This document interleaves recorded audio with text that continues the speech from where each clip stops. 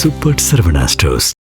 முன்னாள் முதலமைச்சர் ஜெயலலிதாவின் ஆருயிர் தோழியான சசிகலா புதிய கட்சி ஒன்றை தொடங்கி அதன் மூலம் தமிழ்நாடு முழுவதும் 30 தொகுதிகளில் அவரது கட்சி போட்டியிடப் போகிறது. இதன் நிமித்தமாக அவர் தமிழ்நாடு முழுவதும் சாலை பேரணியும் நடத்த திட்டமிட்டிருக்கிறார்.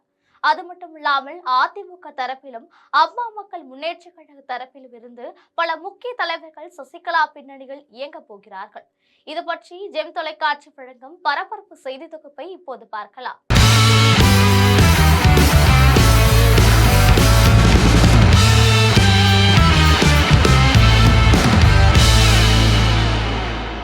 சென்னை போயஸ் கார்டனில் உள்ள சசிகலாவின் நிலம் தற்போது மிகுந்த பரபரப்பில் காணப்படுகிறது. தினந்தோறும் ஏராளமான நிர்வாகிகள் அங்கு வந்து சசிகலாவை தனிப்பட்ட முறையில் சந்தித்து பேசியிருக்கிறார்கள். முன்னதாக வெளியே தெரியாத ஒரு பரபரப்பு தகவல் ஒன்று நிகழ்ரூபத்தில் உலா வந்து கொண்டிருக்கிறது.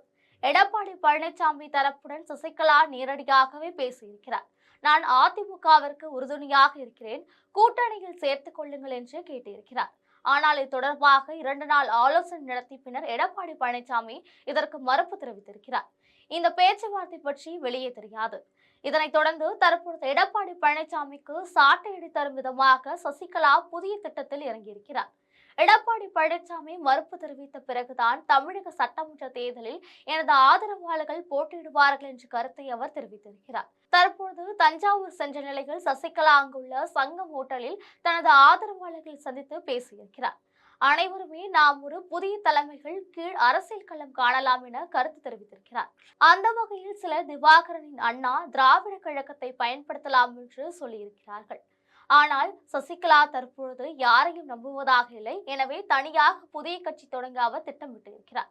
அந்த வகையில் 234 தொகுதிகளிலும் போட்டியிடுவதை விட தங்களுக்கு செல்வாக்கு மிக்க 30 தொகுதிகளில் முதல் கட்டமாக போட்டியிடலாம் என சசிகலா தரப்பில் முடிவு எடுக்கப்பட்டிருக்கிறது.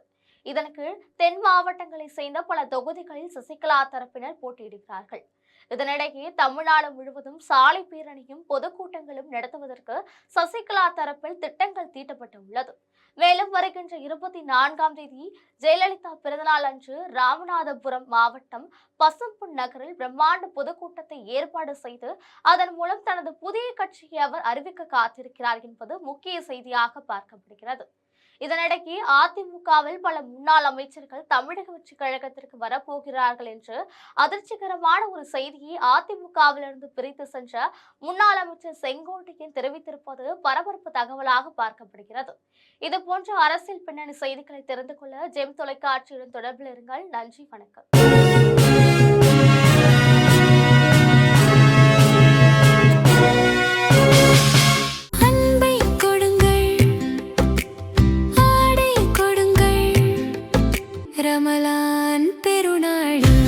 Super Saravana stores.